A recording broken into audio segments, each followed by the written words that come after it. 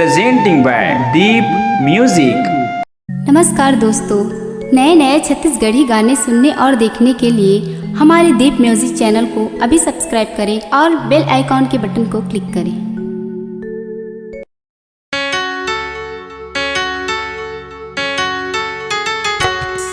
निर्मोही हो गे रे मोर मायारूहा, लबरी हो गे रे मोर दीवानी हा।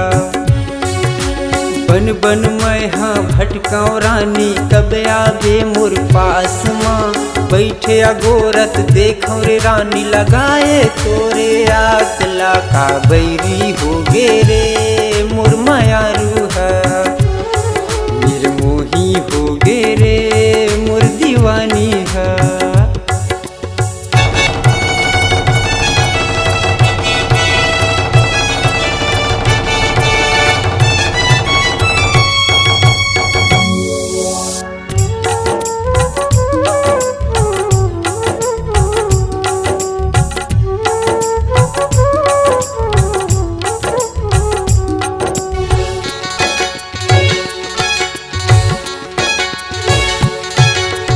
आजर सजनी तोर बिना सुना है संसार वो। कैसे जिंदगी पहाहू रे रानी, छोड़ दिए मोर भार वो।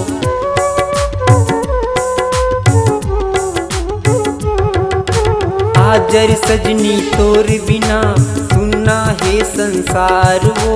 कैसे जिंदगी पहाहू रे रानी, छोड़ दिए मोर भार वो। लबरी हो गे रे मोर दीवानी हा। निर्मोही हो गे रे मोर मायारू हा।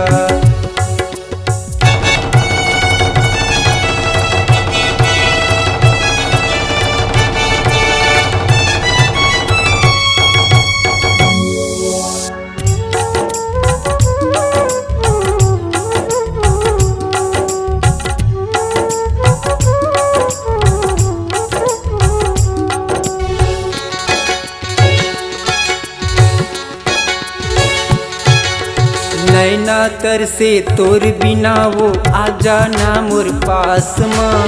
सुना कर दे घर अंगना ला, छोड़ दिए मोर साथ ला।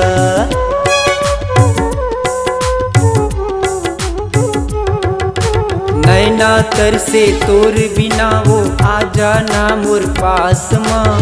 सुना कर दे घर अंगना ला, छोड़ दिए मोर साथ ला। लबरी हो गे रे मोर दीवानी हा। काबैरी हो गे रे मोर मायारू हा।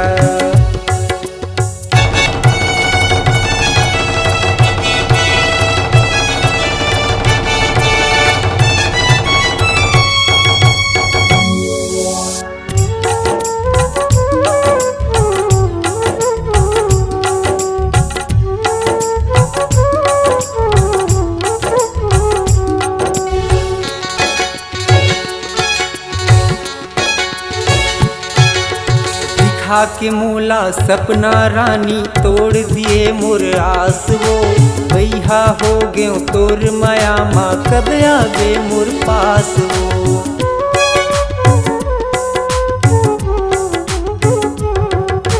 दिखा के मोला सपना रानी, तोड़ दिए मोर आस वो। भैया हो गए तोर माया माँ, कब आवे मोर पास वो। मिठ लबरी हो गे रे मोर दीवानी हा। निर्मोही हो गे रे मोर मायारू हा। बन बन मैं हा भटकाओ रानी, कब आवे मोर पास माँ।